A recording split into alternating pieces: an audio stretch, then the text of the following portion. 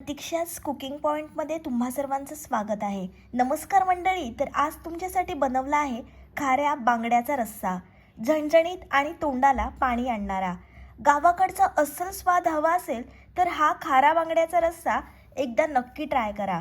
मसाल्याचा घमघमाट आणि बांगड्याचा खास टेस्ट. आज बेत एकदम भारी आहे. जेवणात काहीतरी वेगळं आणि झणझणीत हवं असेल तर हा रस्सा एकदम परफेक्ट आहे. व्हिडिओ तुम्ही शेवटपर्यंत बघा, अजिबात स्किप करू नका. तर चला लगेचच आपण रेसिपीला सुरुवात करूया. अशा प्रकारे मी खारा बांगडा घेतलेला आहे. खारा बांगडा म्हणजे काय तर सुकवलेला बांगडा. फोडणीसाठी आपल्याला बारीक कापलेला कांदा घ्यायचा आहे, एक मोठा टोमॅटो घेतला आहे आपण आणि अद्रक लसूण पेस्ट घेतली आहे. साहित्य अगदी कमी पण चव मात्र भन्नाट लागणार आहे. वांगी आणि बटाट्याच्या अशा प्रकारे फोडी करून घेतलेल्या आहेत. खाऱ्याच्या सुद्धा आपल्याला अशा प्रकारे फोडी करायची म्हणजे खारा बांगडा आपल्याला अशा प्रकारे कापून घ्यायचा आहे. 2 ते 3 वेळा आपण स्वच्छ करून धुवून घेतलेला आहे. तेल छान आपण गरम करून घेणार आहोत आणि हा बांगड्याचा रस्सा बनवताना आपल्याला मीठ अगदी थोडं टाकायचं आहे, कारण हा मिठामध्येच वाळवलेला असतो. तेल छान गरम झाल्यानंतर त्याच्यामध्ये आपण बारीक कापलेला कांदा टाकणार आहोत. आजचा बेत आहे मसालेदार आणि झणझणीत बांगड्याचा रस्सा. अस्सल कोकणी स्टाईल बांगडा रस्सा चवीला एकदम जबरदस्त. लालसर रंग येईपर्यंत छान आपल्याला कांदा परतून घ्यायचा आहे. खारा बांगडा म्हणजे समुद्रातील खूप लोकप्रिय आणि चविष्ट असा मासा. महाराष्ट्रात खास करून कोकण किनाऱ्यावर मोठ्या प्रमाणात मिळतो. कांदा छान परतून झाल्यानंतर त्याच्यामध्ये आपण अद्रक लसूण पेस्ट टाकली आहे. मस्त पेस्ट आपल्याला परतून घ्यायची आहे. कांदा छान आपला लाल झालेला आहे. अर्धा चमचा आपण हळद घालणार आहोत. 2 मोठे चमचे आपल्याला घरगुती आगरी कोळी मसाला टाकायचा आहे. छान मसाला आपण एकजीव करून घेणार आहोत. बांगडा खाण्याचे अनेक फायदे आहेत. प्रथिने भरपूर, शरीर मजबूत ठेवतो. ओमेगा 3 फॅटी ॲसिड हृदयासाठी खूप चांगला असतो. व्हिटॅमिन डी आणि B12 हाडे आणि मेंदूंसाठी खूप उपयुक्त आहे. पेस्ट छान परतून घेतल्यानंतर त्याच्यामध्ये आपण टोमॅटो टाकला आहे आणि हा रस्सा थोडा आंबटच भारी लागतो.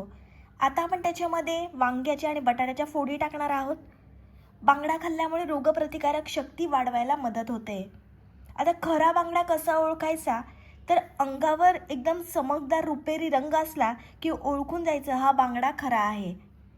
आणि बांगडा ओळखण्यासाठी सर्वात महत्त्वाची गोष्ट म्हणजे आकाराने मध्यम असतो. मस्त आपण आता वांगी आणि बटाटी त्या मसाल्यामध्ये एकजीव करून झाकण ठेवायचं आहे. 2 ते 3 मिनटं आपण झाकण ठेवून एक वाफ देणार आहोत. वाफ देताना आपल्याला झाकणावर पाणी ठेवायचं आहे. 3 मिनटानंतर मी झाकण काढलं आहे. मस्त वाफ आली आहे आणि मसाल्याचा सुगंध तर अप्रतिम येतो आहे. समुद्राच्या चवीचा अस्सल अनुभव खारा बांगडा. जे पाणी आपण ताटावर ठेवलेलं ते त्या वांगे आणि बटाट्यामध्ये टाकून घेतले आपण. तुम्हाला जेवढा रस्सा हवा असेल तेवढं तुम्ही पाणी कमी जास्त करू शकता. थोडा तिखटपणा आणि थोडा मस्त खारटपणा, आंबटपणा असं एकदम परफेक्ट कॉम्बिनेशन आहे. छान वांगे आणि बटाट्याला उकळी आली आहे आणि या वाफेतून जो सुगंध येतो ना अप्रतिम. हा बेत पाहूनच तोंडाला पाणी सुटतं. आता आपण त्याच्यामध्ये चवीप्रमाणे मीठ टाकणार आहोत. मिठाचा वापर आपल्याला कमीच करायचा आहे, कारण की हा बांगडा खारटच असतो.